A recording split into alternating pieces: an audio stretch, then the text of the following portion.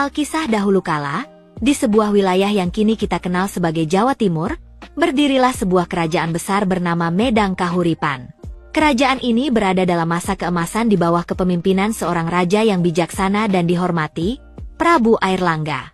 Prabu Airlangga bukanlah sosok raja biasa.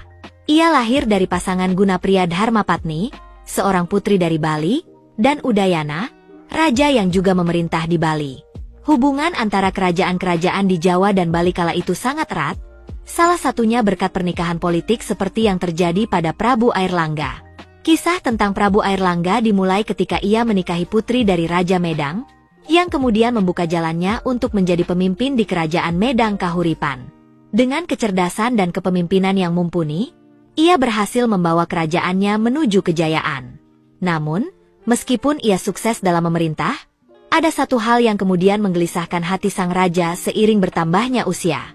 Saat memasuki usia senja, Prabu Airlangga mulai merasakan dorongan batin untuk melepaskan kehidupan duniawi dan memilih jalan spiritual, yaitu menjadi seorang pertapa. Sebagai seorang raja yang bijak, Prabu Airlangga menyadari bahwa ia harus menyerahkan tahta kepada penerus yang tepat sebelum benar-benar mengundurkan diri dari dunia pemerintahan. Pilihan utama dan yang paling masuk akal adalah putri sematawayangnya, Putri Dyah Sanggramawijaya. Putri Dyah, selain menjadi satu-satunya keturunan dari permaisuri Prabu Airlangga, juga dikenal sebagai sosok yang cerdas, cantik, dan anggun. Banyak orang yang berharap Putri Dyah akan melanjutkan kepemimpinan ayahnya dan membawa kerajaan Medang Kahuripan tetap berjaya di masa depan. Namun, ketika Prabu Airlangga menyampaikan niatnya untuk menyerahkan tahta kepada Putri Dyah, sang putri malah memberikan jawaban yang sangat mengejutkan. Alih-alih menerima dengan tangan terbuka, Putri Dyah justru menolak tawaran tersebut.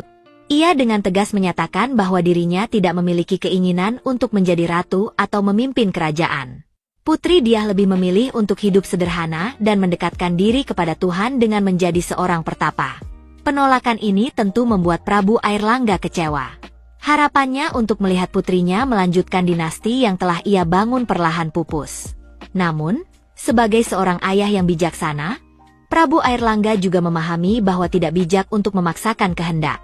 Setelah berdiskusi dengan putrinya, ia akhirnya merestui keinginan Putri Dyah untuk menjalani hidup sebagai pertapa.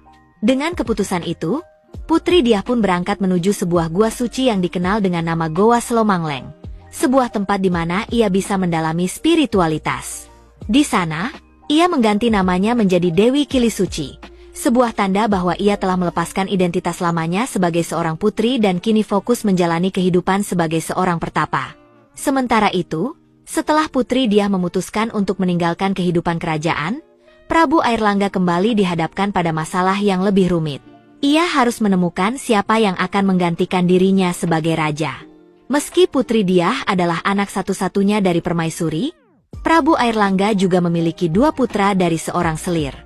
Kedua putra tersebut adalah Raden Jayengrana, yang dikenal juga dengan nama Mapanji Garasakan, dan Raden Jayawarsa, yang memiliki nama lain Sri Samarawijaya. Masalah besar pun muncul. Jika Prabu Airlangga memberikan tahta kepada salah satu putranya, ia khawatir bahwa hal tersebut akan menimbulkan rasa iri dan konflik di antara kedua anaknya. Ia tahu betul bahwa perpecahan bisa membawa kerajaannya ke dalam peperangan saudara, dan ini adalah hal terakhir yang tidak ingin ia lihat. Sebagai raja yang bijaksana, ia sangat paham bahwa kedamaian di dalam keluarga kerajaan adalah kunci stabilitas sebuah negara. Dengan kebingungan dan keraguan yang menyelimuti hatinya, Prabu Airlangga memutuskan untuk mencari solusi dari seorang pertapa yang terkenal dengan kebijaksanaan dan kesaktiannya, Empu Bharada. Empu Bharada sudah lama dikenal sebagai sosok yang sangat bijak, dan Prabu Airlangga yakin bahwa ia bisa memberikan nasihat terbaik dalam situasi sulit seperti ini. Awalnya, Prabu Airlangga meminta Empu Bharada untuk pergi ke Bali, tempat asalnya, guna mencari tahu apakah masih ada tahta kosong di sana. Jika ada, mungkin salah satu putranya bisa menjadi raja di Bali sehingga konflik di Medang Kahuripan dapat dihindari. Empu Bharada dengan segera berangkat ke Bali.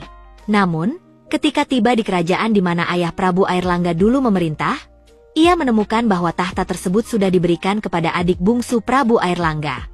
Dengan demikian, harapan untuk memberikan salah satu putra Prabu Airlangga tahta di Bali sirna.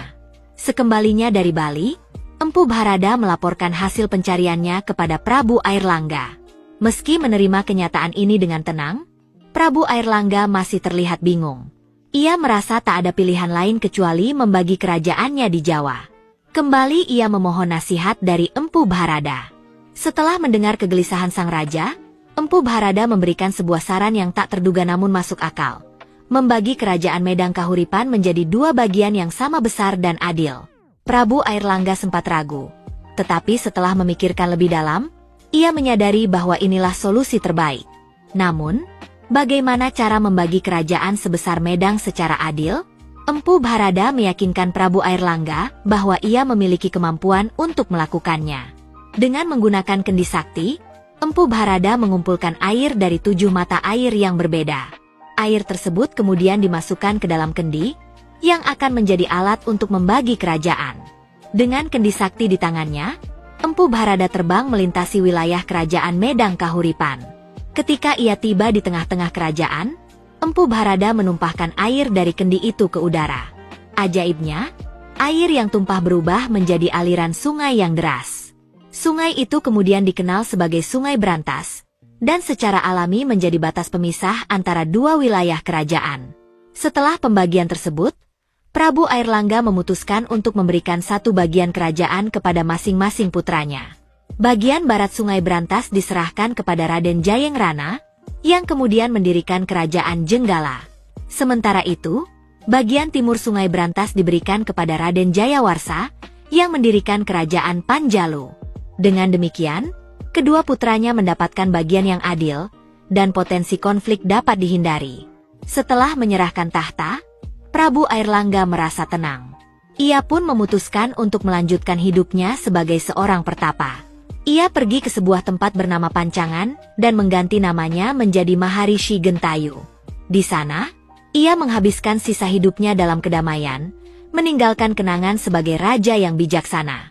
Seiring berjalannya waktu, kerajaan Panjalu yang dipimpin oleh Raden Jayawarsa tumbuh dan berkembang. Pada masa berikutnya, kerajaan ini berganti nama menjadi Kerajaan Kadiri.